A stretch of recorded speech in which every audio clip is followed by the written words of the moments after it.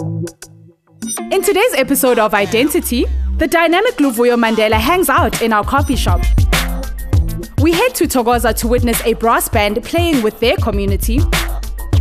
What's APPenning features an app called First Aid. We also review a book by Linda Yende titled Wake Up Woman. And we play out with the sounds of Tina Zungu with Wanqaba Umusa. I am an individual with an imagination. My inner faith illuminates innovations. In a space with infinite inspiration, I was born free from all incarceration. Incredible, living infallibly, intelligent, outshine with my inner being. This is me, impeccable as ever been. I am you, you are me. This is my identity. Good morning, Identity viewers, and welcome to this week's edition of your favorite multi-faith show on SABC 1. I'm your host, Viwe. If you are in need of some inspiration, motivation, and zest to jumpstart your week, then you've come to the right place. Inkqubo yanamhlanje iza kunishiya nilungene ukujongana neveki entsha. Ngoko ke, thatha ikomiti yakho yokofi okanye iti uzifudumeze esitulweni esimfuma-mfuma and get ready for 30 minutes of the best in spiritual entertainment. For starters, let's meet today's guest.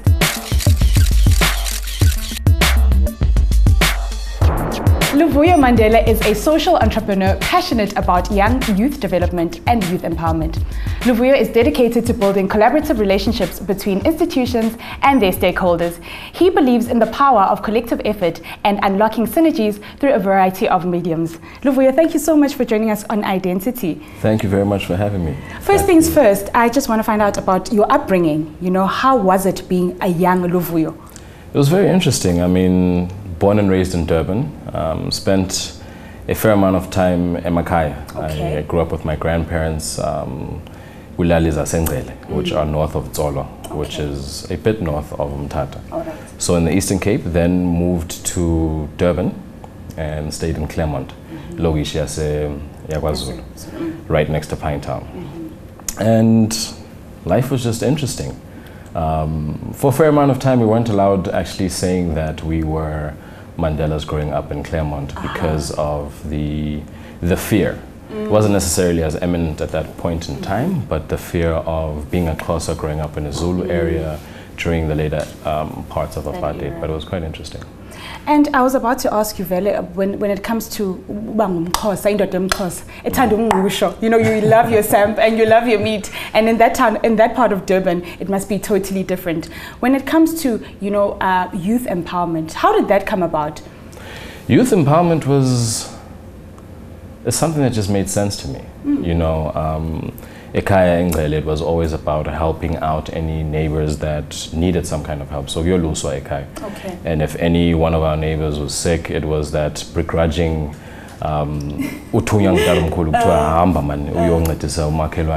needs help with this, that, and the other. So that was there. And then we used to do the actual wrapping of gifts for the kids that were across the road that lived in the village. I hated it while I was a kid, I'll be quite honest, but it was something that it just became part of a value system, the idea that if you have any bit that you can give, that you should. So in growing up and then learning more about what our country needs, what the young people in our country need to be doing, I found myself passionately involved in this work. Okay, and is that how Skew Circle Foundation came about? Because you're the chairman of the organization. Yes, Skew Circle came out of my personal journey. So in grade 12, I was one of those kids that didn't really pay attention to their books. Which is so unlike you. Yes. Which is not something that I'll advocate. Yeah.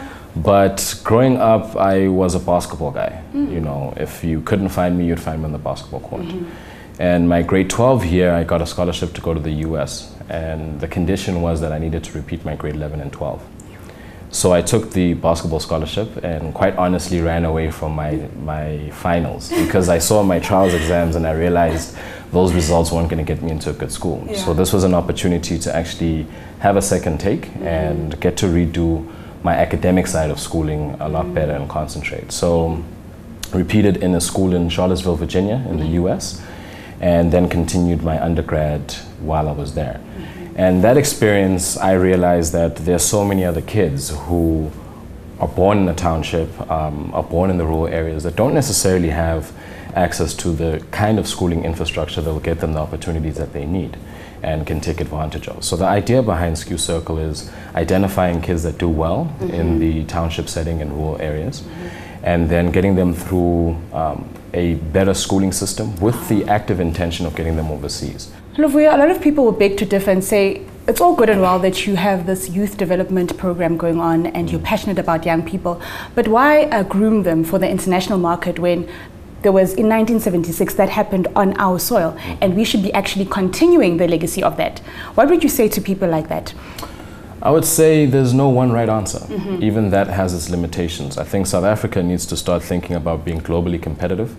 It's difficult to be globally competitive if the people we want to be the future leaders don't have global exposure. Sure. We can't be dealing with the shock value of there's a world bigger than South Africa once we get into the professional spaces. So the thinking behind getting them overseas is also grooming them to always be ambassadors. See, the moment you interact, even if it's on home ground, the moment you interact from someone from a different space, you're an ambassador for South Africa. And that's an opportunity for a young person to leave a lasting impression that people will come back. Now, we've done a very great job during the 2010 World Cup. We hosted everyone from everywhere, and there were no hiccups. And unfortunately, we seem to have forgotten that unified space as a human race first, Africans second, and South Africans and everything else that comes later is everything else that comes later. You seem like a man who is, you know, a man of value. And I know that you draw your inspiration from your great-grandfather, Mandela, because he was a man of faith. What other sort of principles did you learn from him and other people in your family?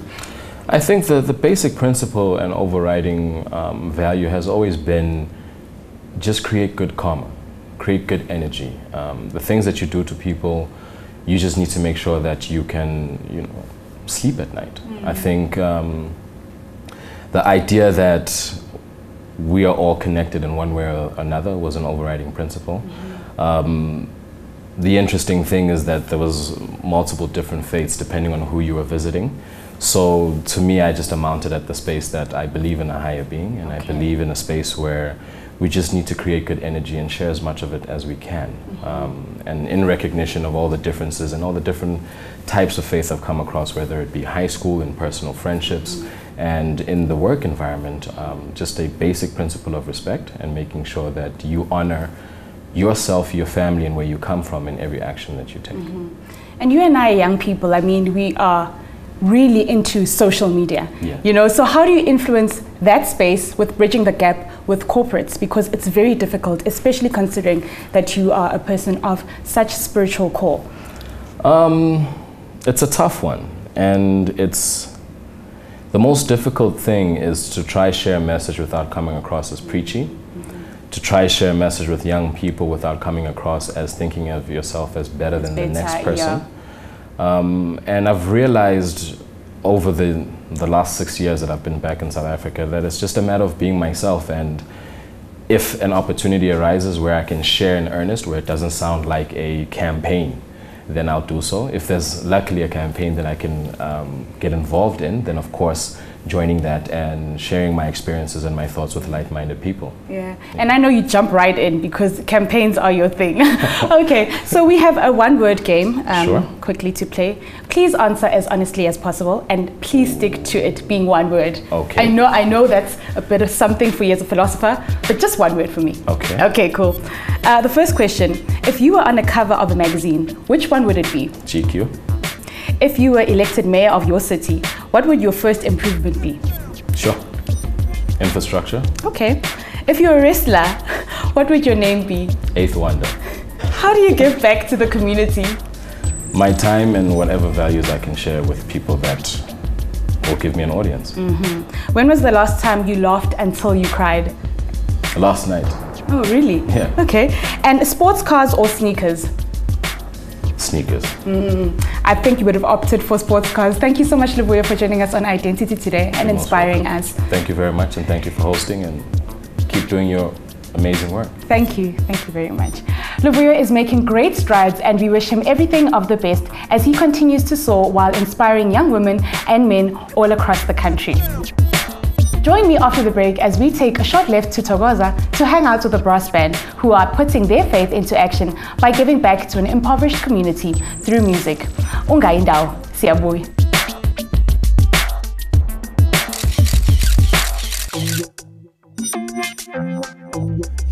This is my identity.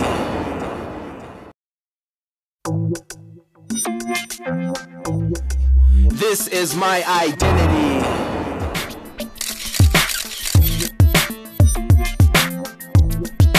You are watching Identity right here on SABC 1. I'm Viwe Kwala. Lixesha lokubonisa eyona nto ethandwa kakhulu ngababukeli bethu. Le yinxalenye yomboniso apho khona unikwa ithuba lokuba ngumsasazi usixelele ngebali lakho lenkolo okanye elaselalini yakho kuthi nababukeli be-Identity. Ungakwenza oko njengoRethabile Makhosi wasithumela i-email kule veki ezimbalwa ezigqithileyo. Hi Identity team, my name is Rethabile Makhosi from Tokoza. I am a member of Faith Brethren Apostolic Church of South Africa Brass Band. I'd like to invite your team to come and find out from my community and my band members about the love they have for brass band. I hope to see you soon. Bye. Because our team loves sharing such stories with our valued viewers, we gladly accepted Rethabile's invitation and headed off to Tokoza. Here is her story. This is my identity. Good morning, Identity viewers. My name is Rethabile Makhosi, a member of FBA Brass Band from Tokoza. Mafuna ukubona ukuthi sishaya kanjani la kuthi nami. Follow me.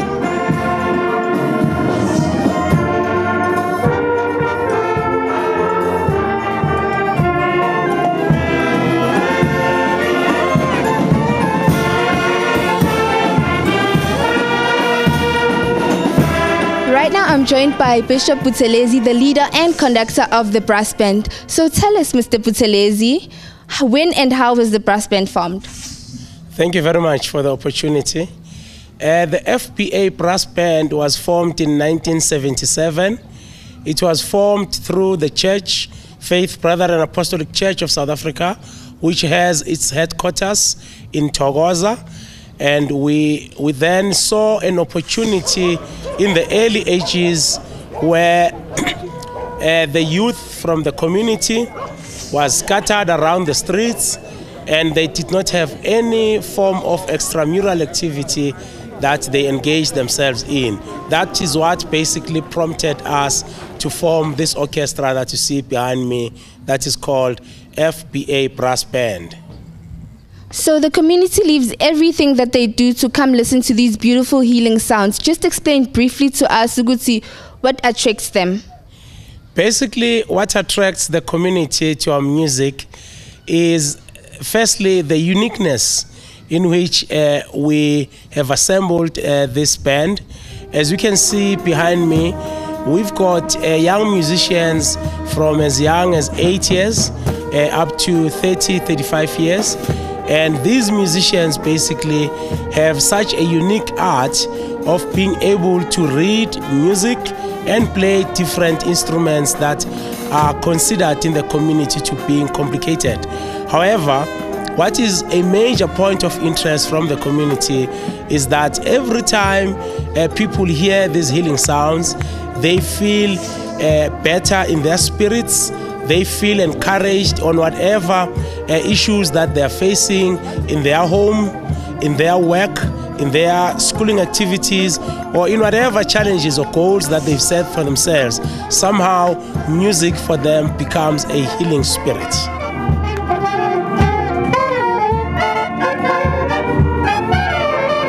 Khona manje ngime no Baba uSifiso, a community member yala eThokoza. Baba sitshele yini into eyenza ukuthi usuke uze uzomamela iFBA Brass Band irehearsal?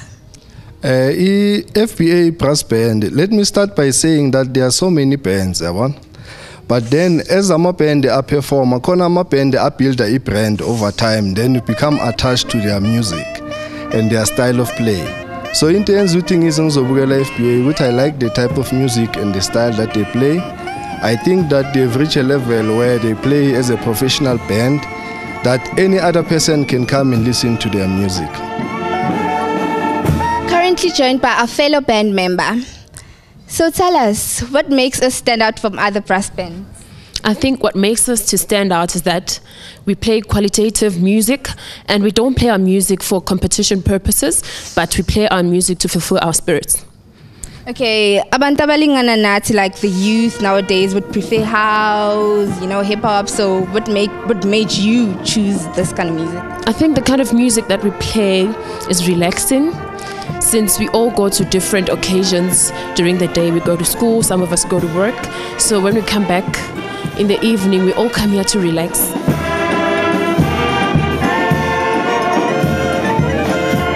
No, Ma'am Umkabase, another community member of Tokoza. So, Mama, kalungijala ukuthi i-tsunami iletha yiphi change la community insoboneni nje? Hayi, soloku kuqale i-tsunami lana ngiyabona isibuthele abantwana babafana ibanceda ukuthi bangangeni kuyidakamizwa nasemanyawupeni ngoba mababa uye esikolweni bayenza ama homework wabo laba abafundayo ngo6 o'clock sebeza ebandini bazopractice iband from Tuesday to Thursday. Ngama weekend banama performances abawayenzayo. Manje angiboni ukuthi khona ichance eningi abayitholayo yokuthi bayoyenza lento ezirong uzabophuza utshwala zokubheminya ngoba i-youth yanamhlanje seyilimele kakhulu ile idakamizwe ezenzakala lana emalokishini esizibonayo ebantwaneni. So, like community, how do you feel about your community? How do you feel the way the community appreciates music when ungakhona? Like ngibona wami like bayijabulela lento siyenzayo ngoba noma sidlala la estradini yababona nje bajabulile ngokuthi abantwana bethu abayenzi into ezirong estradini basesontweni bayenza into eziright. Before the identity team leaves, I just want to ask our leader and conductor a question. Sicela usitshele baba, what is the identity of the band? Our identity is a very simple one. We are a disciplined youth that serves God. That is a very clear identity. And everyone who sees us, who knows us, they know us for being this group of youth that is committed to God, that is doing everything in their power to serve God. And we use the musical instruments as a means to reaching out to the Lord. That is our simple identity. Identity viewers, ngiyathemba ukuthi nibe nesikhathi esimnandi nathi i-FBA Brass Band. We might be blowing our own musical instruments, but we are not blowing our own horn when it comes to helping the community. You have seen them, you've heard them. So from me, Retabile Mokosi and FBA Brass Band, we are out. Back to studio. Thank you to Retabile Makosi and her community for allowing us to share in this important musical observation. It's always a pleasure learning and growing with our viewers. If you'd like to share your story with us and the Identity viewers, simply send an email to identitytvshow@gmail.com. We look forward to hearing from you. Masithathe ikhefu lokugqibela. Nxa sibuya, we will head straight into our media review segment. Today we check out an app to help you and those around you with first aid, and a book that is meant to uplift and give life tips to women. Hlala nathi.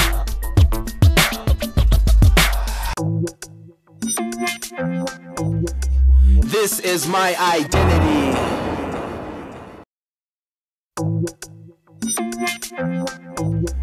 This is my identity. Enkosi ke mbukeli ngohlala nami uviwe xwala apha ku-Identity uba usanda ungena. We started the show on a high note with the young man Luvuyo Mandela, and our Encounters presenter gave us a glimpse into the musical world where a brass band was playing for the community in Tokoza. Now it's time to get your smart devices out to join me for the latest media review in our What's Happening segment.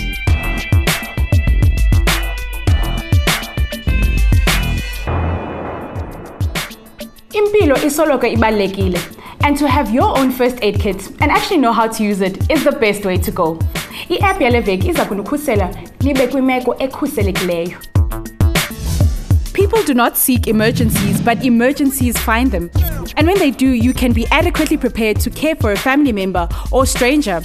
Arriving on the scene of a crisis is oftentimes sensitive and stressful. Whether you're at home, on vacation, or in transit, Everyday First Aid HD offers clear, concise, and well-organized information to help you stay ready. In total, Everyday First Aid HD covers nearly 100 topics beautifully illustrated. Each topic is broken down into summaries, symptoms, treatment, causes, risk factors, prevention, and additional information.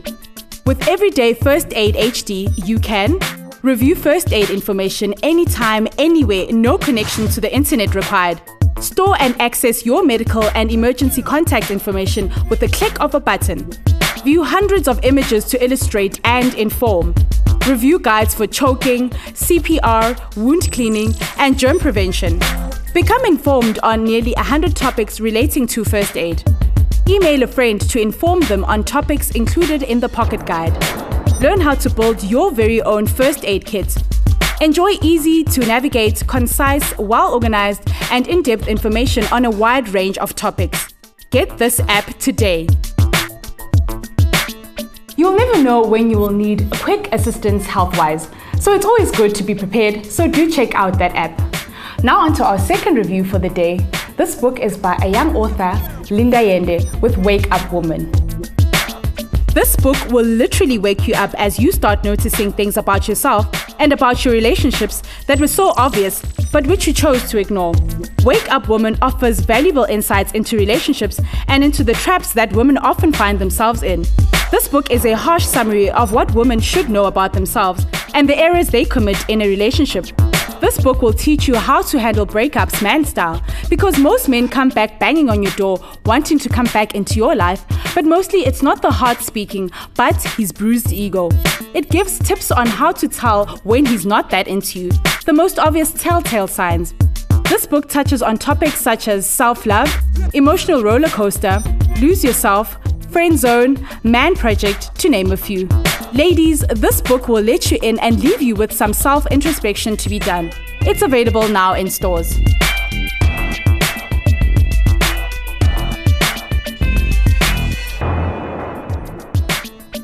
Iphelile ke into ibithethwa kule nkqubo yanamhlanje engapheliyo iyahlola. Remember, you can get in touch with us by sending an email to identitytvshow@gmail.com. We're also active on the social networking scene. If you're on Facebook, Twitter, or Instagram, search for Identity TV Show and connect with us. Let's hang out again next week at 11 a.m. right here on SABC1. World Lupus Day focuses on the need for increased public awareness and understanding of lupus. Lupus is a chronic inflammatory disease that occurs when your body's immune system attacks your own tissues and organs.